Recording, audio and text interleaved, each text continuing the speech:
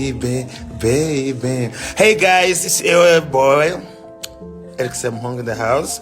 Hello guys, it's your girl, Erickson Hong in the house, as always.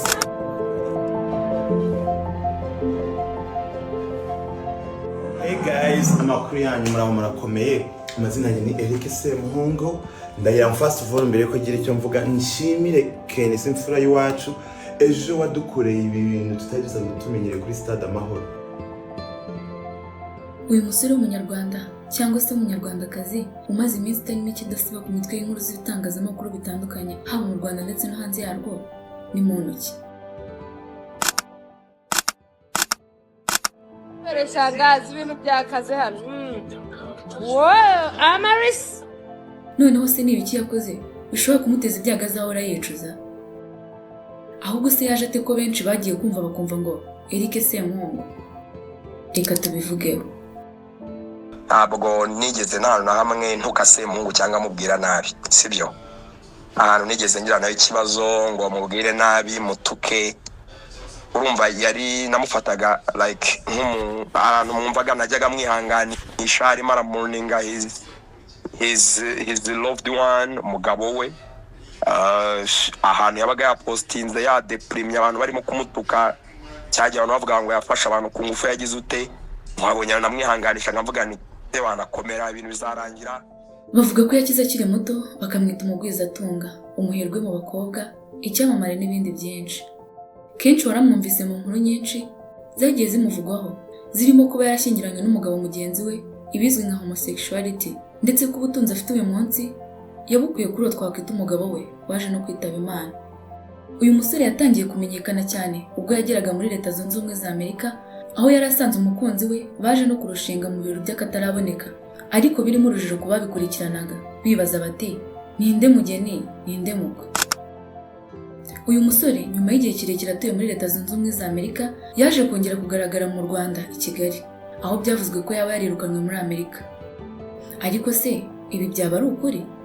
None se bibaye ari ukuri ni iki cyaba cyaratumye yirukanwa muri iki gihugu? Ubundi si uyu musore ukunze kugaragara mu ishusho y'abari ni muntu ki? Abaye hate? Kanda like kuri iyi video maze wicare utuze mubwire akantu ku kandi ku buzima bw'uyu musore wiyita umukobwa. Mubwire n'iby'inkuru zimaze iminsi zicicikana ku mbuga nkoranyambaga z'uburyo yibasiye umunyamakuru wa RBA. Mubwire inkomoko y'ubutinganyi bwe n'ibindi byose uri kwibaza muri aka kanya. Njye wumva nitwa Anike, reka twinjire mu isomero.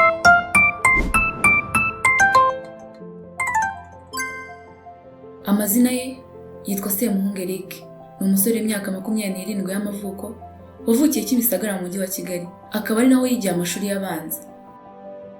Semuhungu kandi avuka mu muryango w'abana 6, akaba ari umwana wa 4, abahungu 3 n'abakobwa 3. Uyu yamamaye cyane ku mbuga nkoranyambaga nk'umusore w'umunyarwanda wa mbere wakoze ubukwe ku mugaragaro n'umugabo mugenzi we. Semuhungu yashakanye n'umugabo w'umuzungu witwa Ryan, wavutse tariki 25 Kamena mu 1956, gusa nyuma aza kwitaba Imana, bituma uyu Semuhungu apfakara akiri muto. Ni ukuvuga ko Semuhungu yari afite inshingano nk'iz'umugore mu rugo rwe na Ryan. Eric Semuhungu yabaye mu bihugu bitandukanye birimo Uganda, Afurika y'Epfo ndetse na USA, ari naho yari atuye we na Ryan yari yarahaye umutima we. Aganira n'Ijwi rya Amerika yasobanuye uko yahuye n'umukunzi we agira ati: twamenyanye mu ntangiriro za 2014 duhuriye muri Afurika y'Epfo. Twimukiye muri Leta Zunze Ubumwe za Amerika muri 2016 ku itariki 27 z'ukwezi kwa gatanu. Muri uwo mwaka twasezeranye imbere y'amategeko, maze ku itariki 25 z'ukwezi kwa gatandatu muri uwo mwaka n'ubundi habaho ubukwe bwacu mu rusengero. Icyo gihe hari ku isabukuru y'umukunzi wanjye Ryan. Umunyamakuru wa BBC yigeze kubaza uyu musore uburyo yumvisemo gukunda abahungu bagenzi be, maze amusubiza muri aya magambo: niga muri primaire Kimisagara banyitaga cy'abakobwa cyangwa se umuhungu witwara nk'abakobwa. Ngeze mu wa 6 primaire rero nibwo naje kumenya ko nikundira abahungu, rimwe na rimwe nkandikirana nabo ubundi nkabaho udushokora. Byakomeje gutyo, ariko mu mikurire yanjye nkabona ndi kugenda ndushaho gukurura abagabo kubera uburyo nari nitereye, bakantereta nubwo icyo gihe njye ntabishakaga rwose.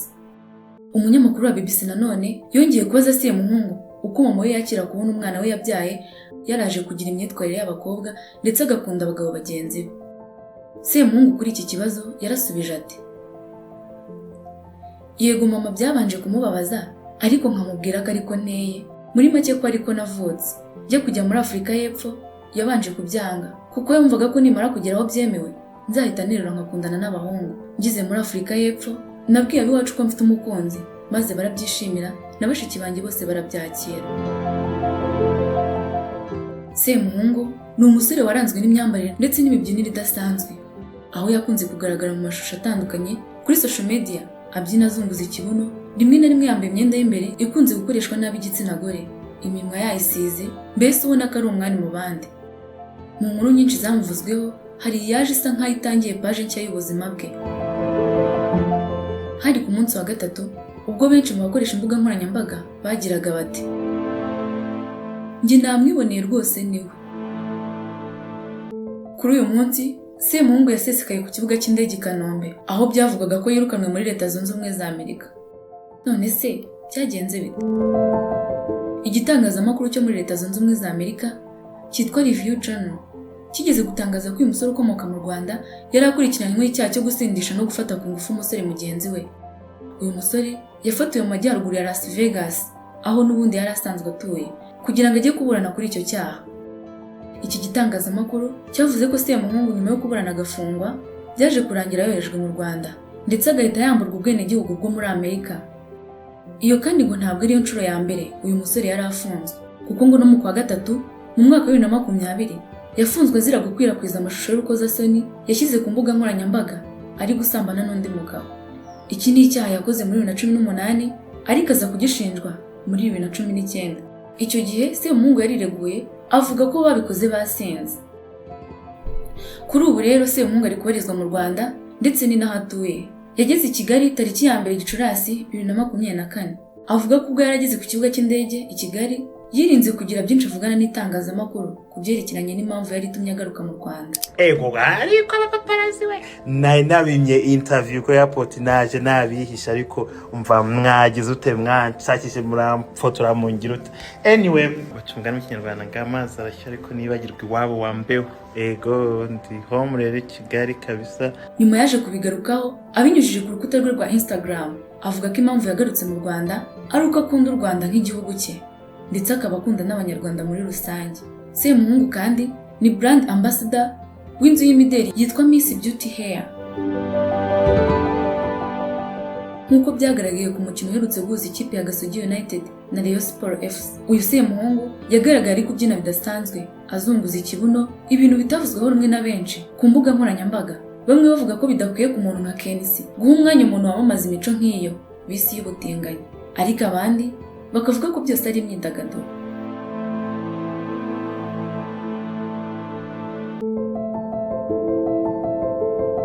Mu minsi mike ishize uyu musore aherutse gutangaza ko yifuza kubyara, ariko bikazaba atigeze aryamana n'umukobwa kuko ngo ibyo byiyumviro byamugora kubigira, kuko ngo muri iyi si y'iterambere ateganya gushaka umuntu uzamutwitira, ibyo mu Cyongereza bita surrogacy.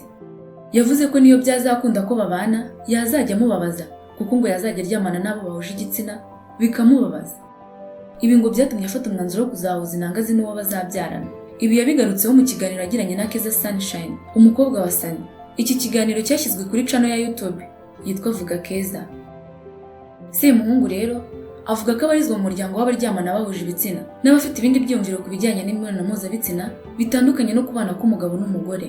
Semuhungu kandi agaragaza ko yisanze yaravutse atyo. Ati, ntabwo ari ibanga, nari narashatse umugabo mugenzi wanjye, niko nisanze naravutse. Ndi mu mashuri abanza nibwo nari ntangiye kumenya ubwenge, niko nisanze rero. Semuhungu avuga ko yifuje gushaka umwana yarera, ariko nyina umubyara akamubera ibamba, avuga ko ashaka umwana w'amaraso ye.